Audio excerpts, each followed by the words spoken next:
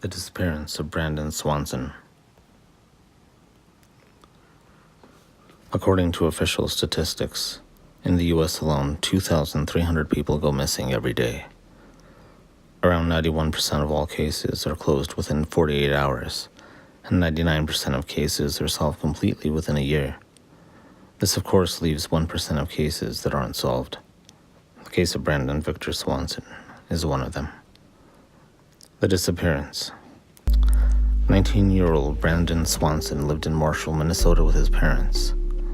On the night of the 14th of May 2008, after celebrating the last day of college classes with a friend, he was driving home along a gravel road and somehow crashed his car into a ditch. Unable to move it himself and get back onto the road, he called home at sometime after midnight and asked his parents to pick him up near Lind, a small town southwest of Marshall. His parents left the house and began driving to pick up Brandon, at the same time speaking with him on his mobile phone to determine exactly where he was.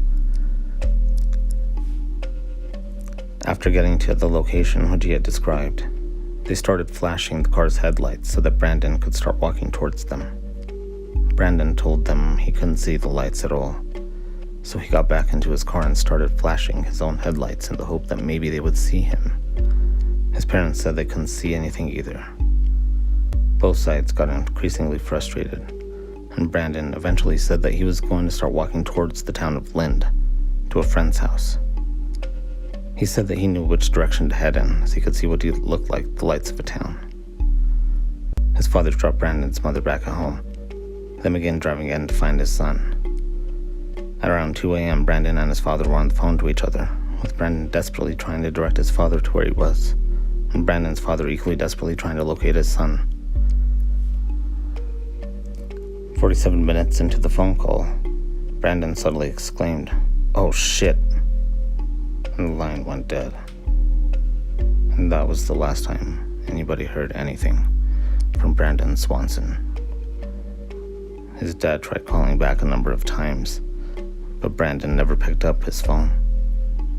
His frantic parents continued the search, but were unable to find him.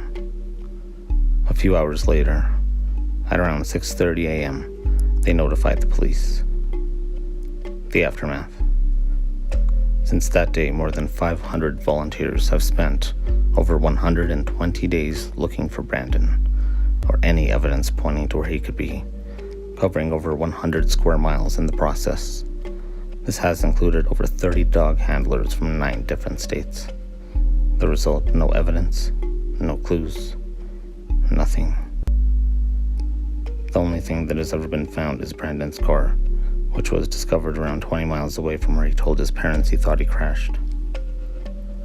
The authorities say there is neither any evidence of foul play, nor any evidence that Brandon would have staged his own disappearance.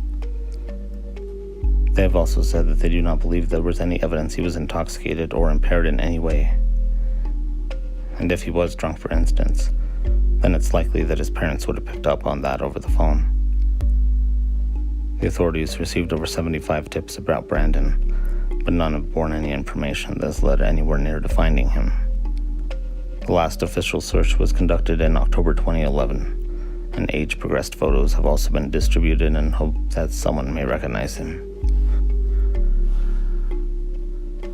The theories.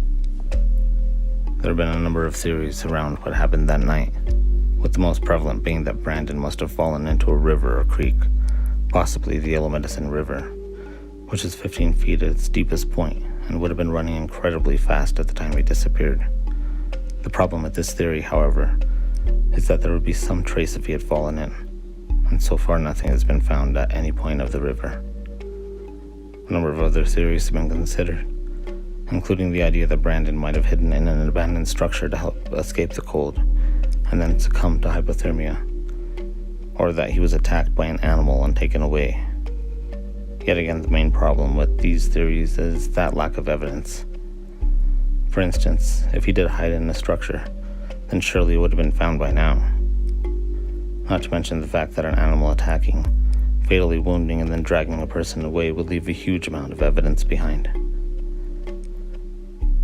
Yet more theories are that Brandon was either hit by a car or picked up by an apparently helpful driver who turned out to have a malicious intent.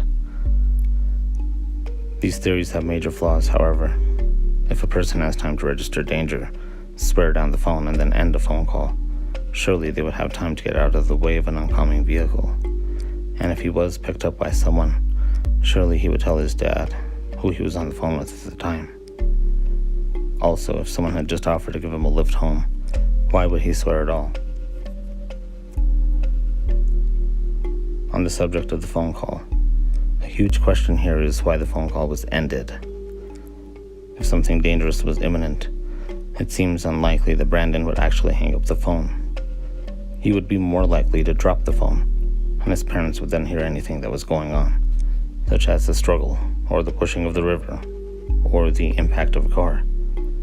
But instead, somebody pushed end on the phone. As has been asked so many times in this case, why? An answer might be that Brandon dropped the phone, causing the battery to fall out, and so ending the call that way.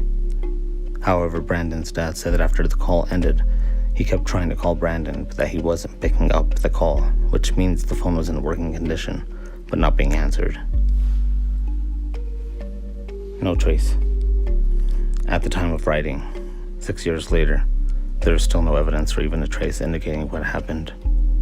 In spite of all the searches using state-of-the-art equipment and techniques, and all of the theories and hours of investigations and searches, we're still no closer to knowing what occurred that night, or where Brandon Swanson is now.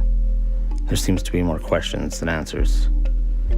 Impossible as it may seem, a 19-year-old man seems to have, literally, disappeared without a trace. No. As a result of these events, new law has been introduced. This requires police in Minnesota to begin immediate searches for missing adults under the age of 21, as well as any elder adults who have been reported missing with our suspicious circumstances. It has been named Brandon's Law.